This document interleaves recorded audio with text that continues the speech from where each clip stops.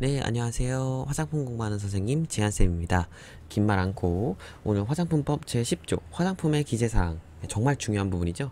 이 부분에 대해서 화장품법 해설 시작해 보도록 하겠습니다. 이번 너무 중요한 내용이에요. 그래서 객관식하고 주관식에서 고루 출제가 되니까 별 5개입니다. 너무 중요합니다. 화장품의 기재사항. 도대체 여러분 화장품 보시면 화장품의 박스에 엄청 많은 내용이 적혀 있죠. 그래서 그렇게 법으로 정해 놓은 거죠. 그래서 화장품의 박스에는 이러이러한 내용을 꼭 적어야 한다. 그래서 화장품의 1차 포장과 2차 포장에는 이러이러한 내용을 적어라. 근데 이제 그 중에서 1차 포장에 특히 이렇게 적어야 된다. 뭐 이런 내용이거든요. 그래서 화장품에 엄청 길게 막 화장품 통에도 막 적혀 있죠. 그래서 뭘 적어야 되는지에 대한 내용을 화장품 법으로 이렇게 명확화해서, 그래서 정말 중요한 꼭 필요한 그런 정보들을 이제 영업자가 누락하지 않도록 해가지고 소비자의 권리를 또 보장하기 위한 법입니다. 그래서 무엇이 이제 소비자들이 또 그런 정보가 있어야 되잖아요. 정보가 다 화장품에 이제 적혀 있어야 되기 때문에 뭘 적어야 하는지를 법으로 정해놨다. 그래서 첫 번째 1항은요. 화장품법 제10조의 1항은 화장품의 포장에 꼭 들어가야 할 내용들의 목록입니다. 그래서 화장품의 이름, 명칭 꼭 있어야 되겠죠. 그리고 영업자의 상호 및 주소, 이것도 당연하죠. 그래서 이 화장품이 누가 만들었는지, 그리고 이걸 누가 책임져서 팔고 있는지에 대한 정보가 당연히 있어야 될 거예요. 그래서 뭐 예를 들어서 화장품 책임 판매업자 어쩌고 저쩌고 코스메틱 막 이런 식으로. 그리고 주소도 필요하겠죠. 나중에 교환이나 반품할 때 주소도 또 필요하니까요. 그리고 해당 화장품 제조에 사용된 모든 성분, 전성분이라고 하죠. 이런 성분도 적혀 있어야 된다라고 법으로는 정해놨고요. 그리고 내용물의 용량, 그러니까 50ml, 50g 중량이기도 하고, 그렇게 용량, 중량도 있어야 되고, 제조번호도 있어야 되고요. 사용기한 또는 개봉 후 사용기간도 있어야 되고요.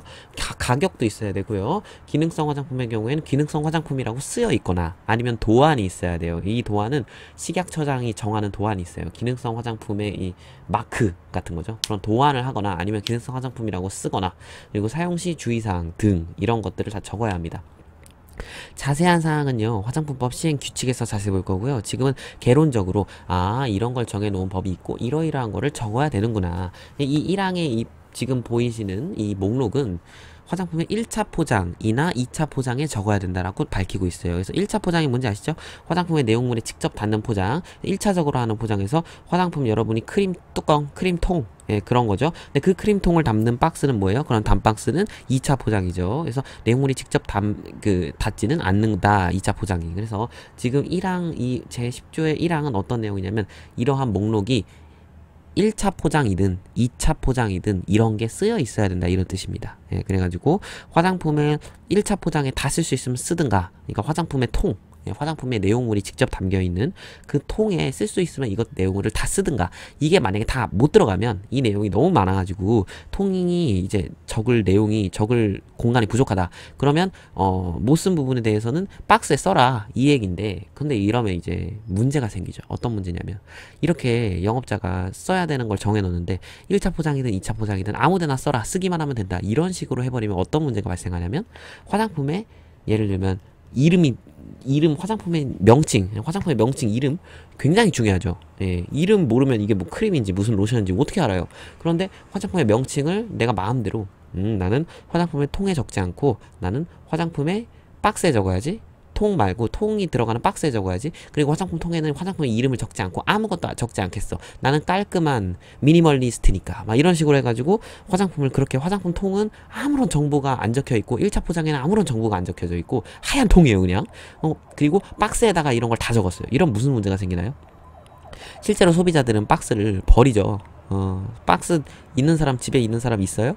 거의 없잖아요. 저도 다 버리거든요. 그러면 통만 있겠죠, 화장품 통. 근데 화장품 통만 남기고 박스에 중요한 정보는 박스에 다 적혀 있으면, 박스나 첨부 문서에 다 적혀 있으면 그거 다 버리는데, 그럼 통은 하얘요. 아무것도 안 적혀 있어요. 그럼 무슨 문제가 생기죠? 이게 무슨 화장품인지, 이 화장품의 제조 번호가 뭔지, 화장품이 문제가 생겼을 때 제조 번호로 따지는데 그것도 모르고, 사용 기간, 이거 너무 중요하잖아요. 사용 기한이죠, 죄송합니다. 사용 기한이나 개봉 후 사용 기간, 이 꼭 있어야죠, 통에. 이런 내용이 꼭 통에는 있어야 되는데, 그런 내용이 만약에 없어요, 통에. 만약에 없으면 문제가 생기겠죠. 박스에만 적어놨다면 그런 내용을, 그럼 박스는 다 버려버리는데, 그 통을 보고 알 수 있는 최소한의 정보가 있어야 되는데, 그래서 식약처장이 2항을 2항을 정했습니다. 2항은 뭐냐면 앞에 목록 중에 아까 전에 제가 보여줬던 목록 중에 아까 전에 이 앞에 이제 식약처장이 이런 목록을 꼭 써야 된다. 근데 이 다양한 목록 중 이 네 가지만은 최소한 1차 포장에는 꼭 표시해야 된다. 이런 거예요. 그래서 화장품의 이름, 명칭, 그리고 영업자의 상호랑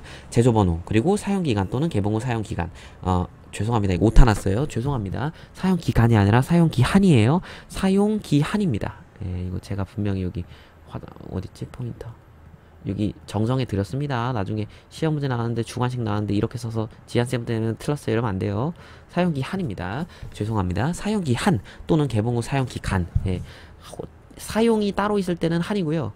개봉이란 말이 같이 붙어 있으면 간입니다. 예. 그래서 한, 간 구별하세요. 그래서 이 앞에 목록 중에 이 네 가지만큼은 화장품 통에 꼭 쓰여 있어요. 1차 포장에 꼭 쓰여 있어야 된다. 명상제사. 네, 명상제사만큼은 꼭 쓰여 있어야겠다라는 거고요. 그리고 1항의 단서 조항 보면 또 뭐가 있냐면 내용량이 소량인 화장품의 포장, 그러니까 내용량이 10ml 이하나 10g 이하인 화장품이거든요. 그래서 이런 화장품의 포장이나 견본품, 테스터 같은 포장에는 화장품의 명칭, 화장품 책임 판매업자 및 맞춤 화장품 판매업자의 상호, 가격, 제조번호와 사용기한 또는 개봉 후 사용기간만을 기재해서 표시해라라고 나와 있어요. 왜냐면 이 내용량이 소량인 화장품, 예를 들어 10ml짜리 화장품 엄청 아이크림 같은 거 엄청 조그맣죠. 엄청 조그맣고 박스도 엄청 조그매요. 엄청 조그맣기 때문에 이런 화장품에는 이 앞에 내용을 다 적을 수가 없었어요. 첨부 문서를 하더라도 이 조그마한 박스에 첨부 문서가 안 들어가가지고 그런 문제점이 있다라는 것을 보완하기 위해서 그러면 내용량이 소량인 화장품이나 견본품, 테스터에 따지면 얘네들만 예외적으로 그러면 식약처장인 내가 허가해줄게. 얘네들만 명, 상, 제, 사하고 가격까지 명상제사가 이건 명상제사의 플러스 가격이죠. 명상제사가만 적어. 대신에 안 적은 부분에 있어서는 네가 홈페이지에서 확인할 수 있게 하든 아니면 가게에 브로셔를 놓든 둘 중에 하나를 택해 거거든요. 예, 그래가지고 이런 걸 일단 잡고 넘어가시고요. 여기서 또 포인트 잡고 넘어가셔야 되는 게 뭐냐면 화장품 책임 판매업자나 맞춤형 화장품 판매업자의 상호입니다. 제조업자의 상호는 없어요. 근데 원래 앞에는 영업자의 상호라고 써 있었잖아요. 원래는 영업자는 제조업자, 책판업자, 맛판업자 세 사람 얘기하잖아요. 그래서 세 사람의 상호나 주소가 필요해요. 만약에 그게 맞춤 화장품이 아니다 그러면 제조업자랑 책판업자만 있으면 되겠죠. 그래서 그 상호가 꼭 필요해요. 제조업자의 상호도 꼭 필요한데 내용량이 소량이나 견본품 테스터의 경우에는 제조업자 그 공간이 부족하니까 제조업자 말고 화장품을 최종적으로 판매하는 최종 책임 판매업자, 화장품 책임 판매업자나 아니면은 맞춤형 화장품이라면 맞춤형 화장품 판매업자의 상호를 꼭 쓰도록 해. 이 둘의 상호입니다. 영업자 중에 제조업자는 빠졌다라는 거 첫 번째 포인트. 소량인 화장품에 대해서. 그리고 두 번째 포인트는 뭐냐면 선생님 견본품하고 테스터는 가격이 없는데요. 예, 이거는 뭐냐면 가격이나 특별한 표시를 해라. 그래서 가격이 그러니까 소량인 화장품은 가격을 써야 되겠죠.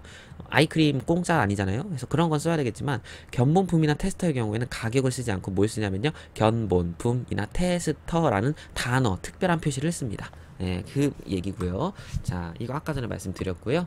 그리고 2항 앞에 목록 중에 1차 포장에 꼭 표시해야 되는 건 명상제사인데 단 소비자가 화장품의 1차 포장을 제거하고 사용하는 고형 비누의 경우 제외한다. 왜냐면 이거 명상제사를 1차 포장에 꼭 표시해야 되는 이유가 뭐였어요?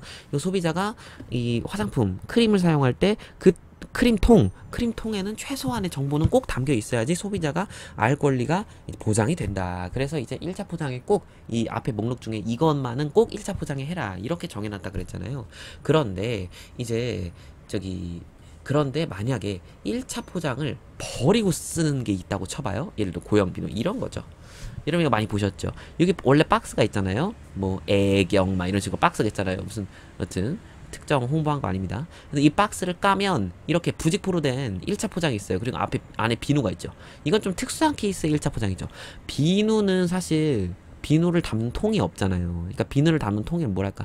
비누를 담는 통이 없다라기보다는 그 비누는 이 껍데기가 1차 포장이죠. 왜냐면 이 내용물을 싸고 있는 거니까. 근데 비누는 좀 특수하죠. 비누가 만약에 크림이었다면 통에다가 두고 통을 두고 계속 쓰겠죠. 근데 비누 껍데기는 이 껍데기는 찍고 버리잖아요. 그래서 이게 1차 포장이긴 한데 버린다 이거죠. 그래서 소비자가 화장품의 1차 포장을 제거하고 사용하는 고형 비누의 경우에는 예외적으로 이거를 1차 포장에 안 써도 된다고. 왜냐면 부직포로 되어 있기 때문에 써지지도 않아요. 잉크가 먹지도 않고, 두 번째로 테이프를 붙여가지고 이렇게 스티커처럼 이렇게 한다고 해도 소비자가 이걸 찢어서 버리고 쓴단 말이에요. 버리고 쓰기 때문에 사실상 이게 필요가 없죠. 근데 그러니까 이런 건 어떤 거에 필요하다? 버리고 사용하지 않는 1차 포장을 버리고 사용하지 않는 크림, 로션 이런 통에 써야 된다라는 거죠.